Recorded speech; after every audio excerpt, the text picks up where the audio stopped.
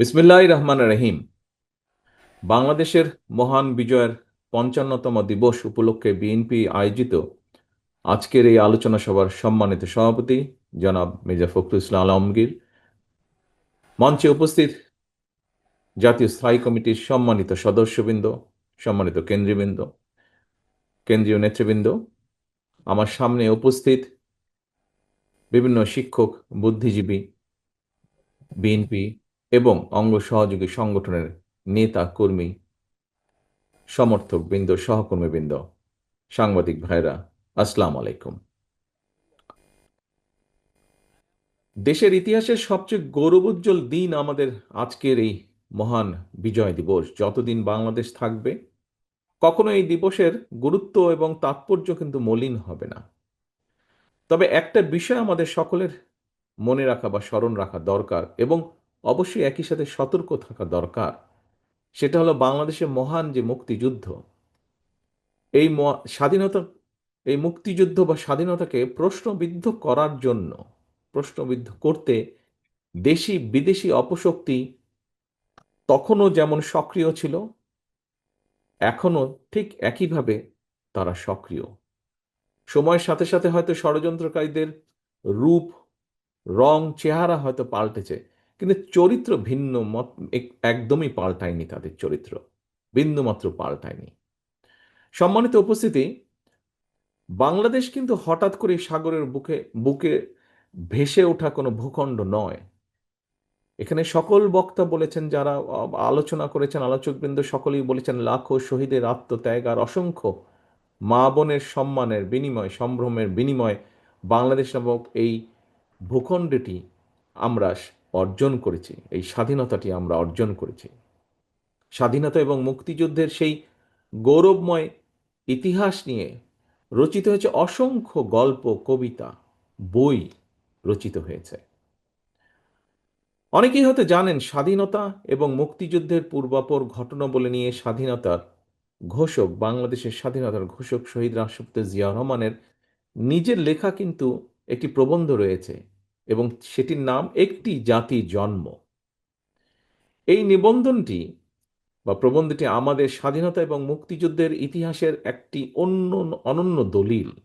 সম্মানিত উপস্থিতি, পতিত পলাতক একটি চক্র শুধুমাত্র নিজেদের হীন দলীয় স্বার্থে বাংলাদেশের স্বাধীনতা এবং মুক্তিযুদ্ধের ইতিহাসের বিকৃতি ঘটিয়েছিল। স্বাধীনতা এবং মুক্তিযুদ্ধের ইতিহাসকে চেষ্টা করেছিল তারা, করেও ছিল, অনেক ক্ষেত্রে দলীয় ইতিহাসে তারা পরিণত করেছিল। আর এই অপরামদর্শী অপচেষ্টার কারণেই পরিস্থিতির সুযোগ নিয়ে এখন আবার মুক্তিযুদ্ধের পরাজিত একটি চক্র বিজয়ের নতুন ইতিহাস রচনার অপচেষ্টা তারা করছে। প্রিয় ভাই বোনেরা, পরাজিত চক্রকে মোকাবেলায় প্রতিশোধ, প্রতিহিংসার পরিবর্তে বিজয়ের সফল প্রতিটি মানুষের ঘরে পৌঁছে দেবার জন্য স্বনির্ভর সমৃদ্ধ একটি গণতান্ত্রিক বাংলাদেশ প্রতিষ্ঠাই হোক এবারের বিজয় দিবসে আমাদের অঙ্গীকার। আমি, শুধু আমি না, আমরা সকলে, বিএনপি মনে করে, যতদিন পর্যন্ত এই রাষ্ট্রে জনগণের রাজনৈতিক এবং অর্থনৈতিক ক্ষমতায়ন নিশ্চিত করা না যাবে, ততদিন পর্যন্ত স্বাধীনতা এবং গণতন্ত্র টেকসই ভিত্তির উপর দাঁড় করানো যাবে না। সম্মানিত উপস্থিতিবৃন্দ, বাংলাদেশের স্বাধীনতা অর্জনের পর থেকে আজ পর্যন্ত যতবার দেশের গণতন্ত্র হুমকির সম্মুখীন হয়েছে, আমরা দেখেছি ততবারই দেশের স্বাধীনতা, সার্বভৌমত্ব হুমকির সম্মুখীন হয়েছে।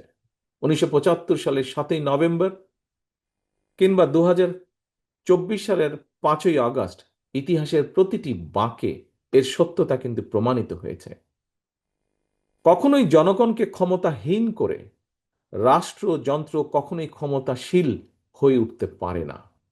জনগণকে ক্ষমতাবান করার পূর্ব শর্তই হচ্ছে, যা সব সময় বলে এসেছি আমরা, পূর্ব শর্তই হচ্ছে জনগণের সরাসরি ভোটে জনগণের কাছে দায়বদ্ধ, জনগণের কাছে জবাবদিহিমূলক রাষ্ট্র ও সরকার প্রতিষ্ঠা।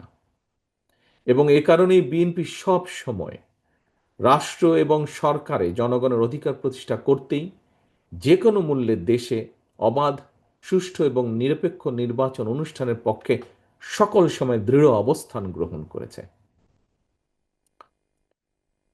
এই দেশের, বাংলাদেশের জনগণ সাক্ষী, কারণে অকারণে, শর্তের পর শর্ত জুড়ে দিয়ে কিংবা নানা অজুহাতে বাংলাদেশের স্বার্থ বিরোধী একটি চক্র নির্বাচন অনুষ্ঠানের পথে বারবার নানা রকম বিঘ্ন সৃষ্টির অপচেষ্টা তারা চালিয়ে যাচ্ছে, এখনো চলছে ক্ষেত্র বিশেষে।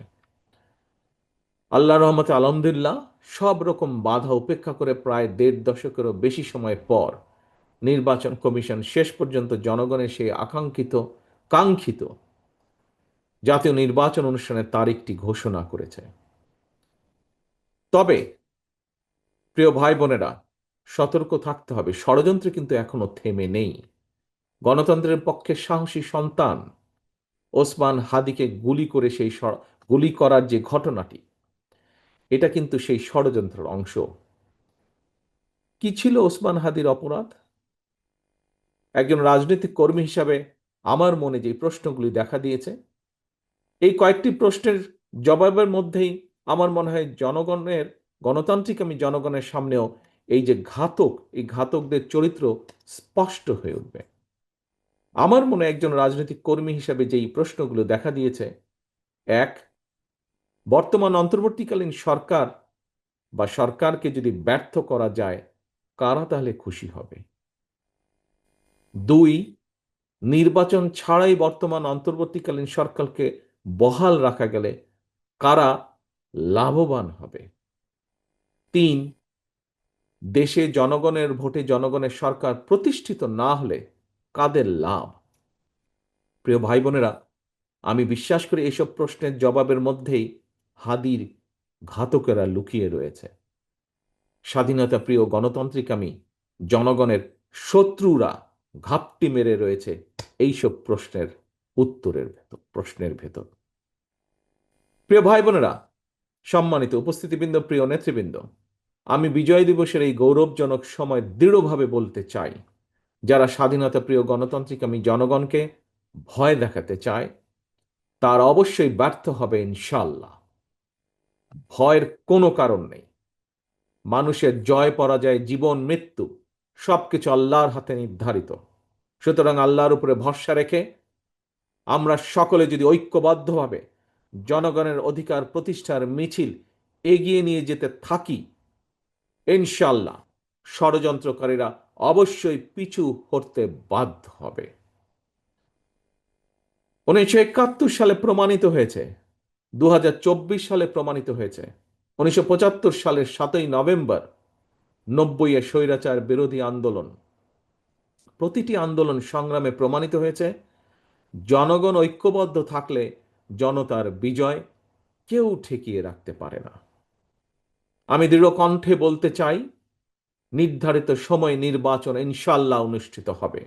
আসন্ন নির্বাচনকে সামনে রেখে গ্রামে গঞ্জে, শহরে বন্দরে, নগরে, বাজারে মহল্লায়, অলিগলিতে, রাজপথে জনগণের নিজেদের অধিকার প্রতিষ্ঠার এই নির্বাচনে মিছিলে আমিও আপনাদের সঙ্গে থাকবো ইনশাল্লাহ।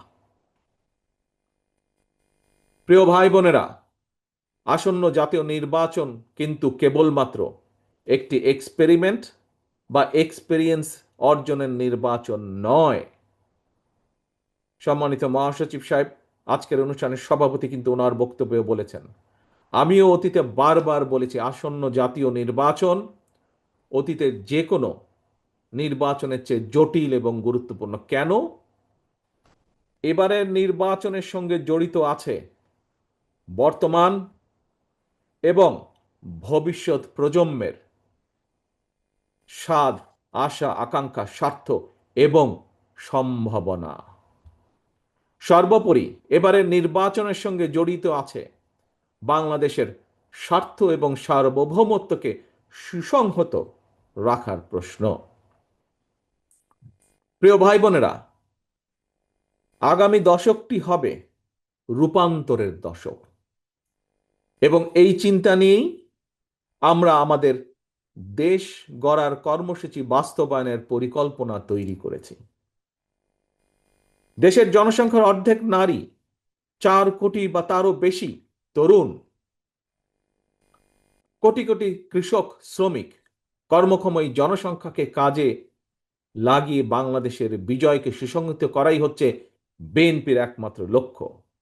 একটি স্বনির্ভর সমৃদ্ধ বাংলাদেশ গড়ে তোলার মাধ্যমেই আমরা আমাদের আগামীর প্রতিটি বিজয় দিবসকে আরো গৌরবান্বিত এবং আরো অর্থবহ করে গড়ে তুলতে চাই।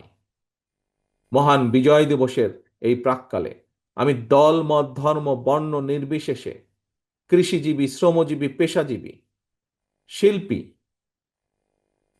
সাহিত্যিক, শিক্ষক, সাংবাদিক, বুদ্ধিজীবী,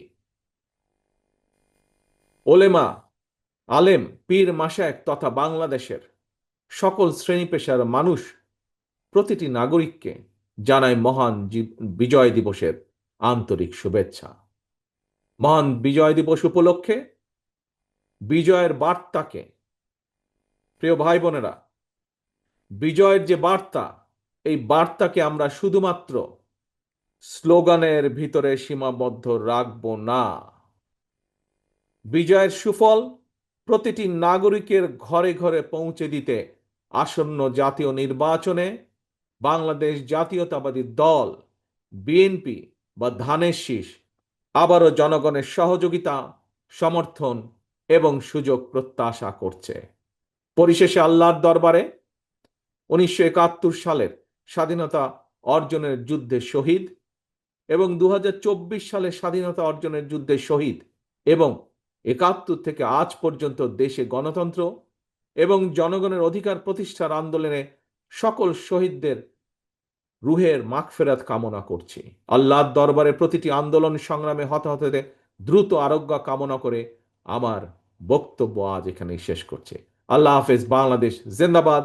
বাংলাদেশ জাতীয়তাবাদী দল জিন্দাবাদ।